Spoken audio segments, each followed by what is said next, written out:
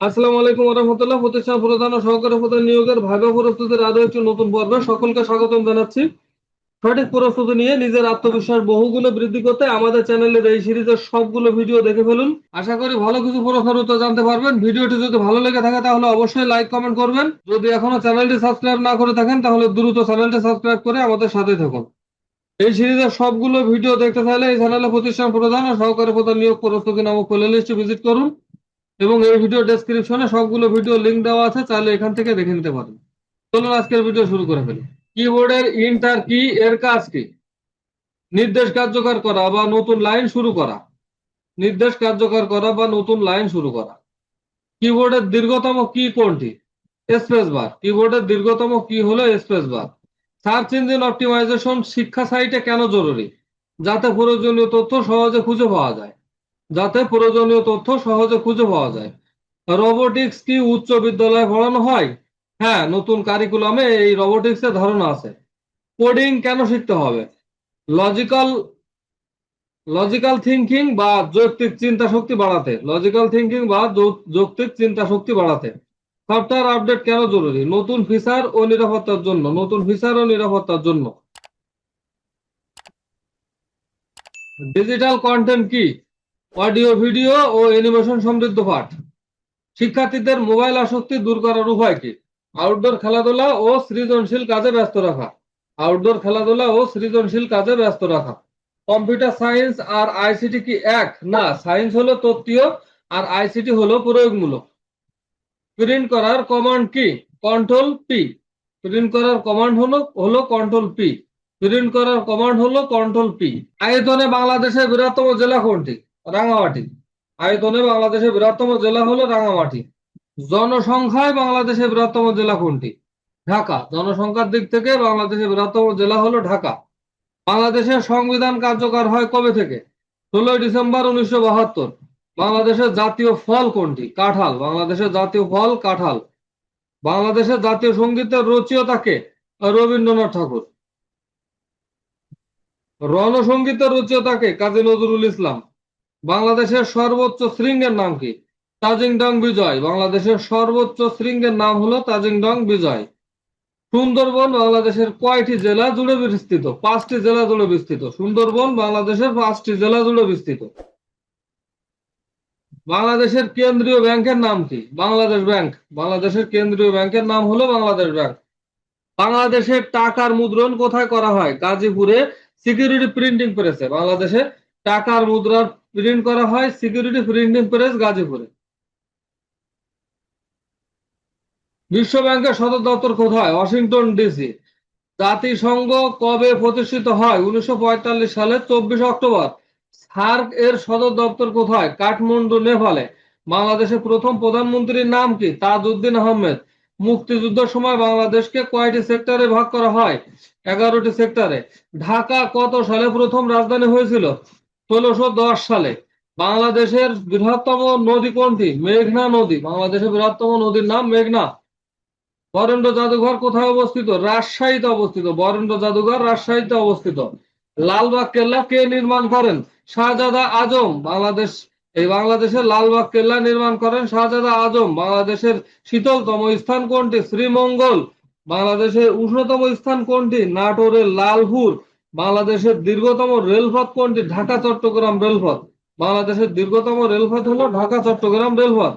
জাতীয় স্মৃতিসৌধের স্থপতি কে? সৈয়দ মাইনুল হোসেন। অপরাজয় বাংলায় ভাস্কর্যটি কোথায় অবস্থিত? ঢাকা বিশ্ববিদ্যালয়ে। বাংলাদেশের রাষ্ট্রীয় মনোগ্রামের নকশাকার কে? A N Saha. বাংলাদেশের রাষ্ট্রীয় মনোগ্রামের নকশাকার হলো এ এন সাহা। বাংলাদেশের সংবিধানের অভিভাবক কে? Supreme court. বাংলাদেশ সংবিধানের অভিভাবক হলো সুপ্রিম কোর্ট। বাংলাদেশ লোকশিল্প জাদুঘর কোথায় অবস্থিত? সোনারগাঁয়ে অবস্থিত। পদ্মা সেতু কোন দুটি জেলাকে সংযুক্ত করেছে? মুন্সিগঞ্জ ও শরীয়তপুর। বাংলাদেশের বৃহত্তম বনভূমি কোনটি? সুন্দরবন। বাংলাদেশের রাষ্ট্রীয় নাম কি? গণপ্রজাতন্ত্রী বাংলাদেশ। জাতীয় কবি কাজী নজরুল ইসলামের সমাধি কোথায়? ঢাকা বিশ্ববিদ্যালয় কেন্দ্রীয় মসজিদের পাশে। বাংলাদেশের প্রথম স্বাধীন নবাব কে ছিলেন? মুর্শিদ কুলি খান। পলাশীর যুদ্ধ কবে হয়েছিল? 1757 সালের 23 জুন। 1757 সালের 23 জুন। ইউনেস্কো সুন্দরবনকে বিশ্ব ঐতিহ্য ঘোষণা করে কবে?